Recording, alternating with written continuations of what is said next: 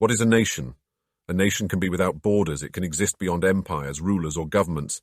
It can even exist beyond places. A nation is a community. A nation is a choice and philosophy.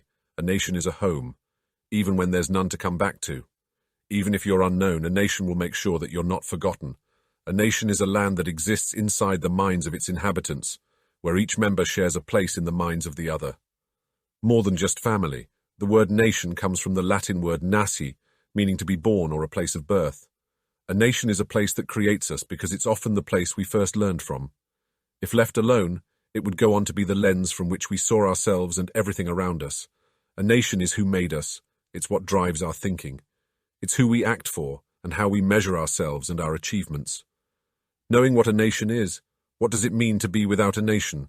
Does it mean to be unseen, to be forgotten, or to not remember? I've noticed lately that many of us have been lost for some time, without our own values, aimlessly wandering. It seems as though many of us do not have a nation.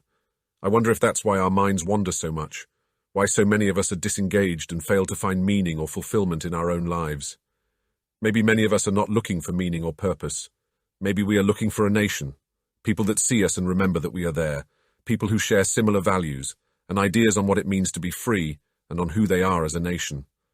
But looking for a nation is like looking for God. Though the place we were born isn't sacred, it is a part of what made us, something we can never leave behind or change. And sometimes we struggle with the places we came from. Sometimes we fight with the ones that remember us. Sometimes we hate those who see us. Sometimes we want to destroy everything that made us.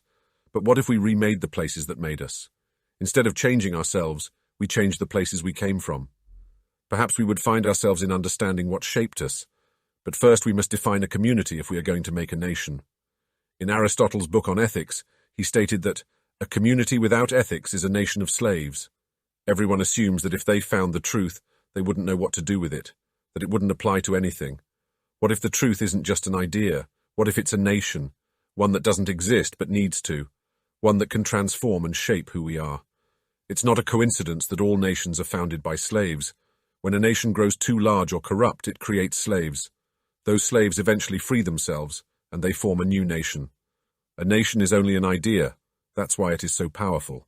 There are few ideas left in this world that can be claimed. Everything is digital or patented or marketed. There are so few things left we can call our own.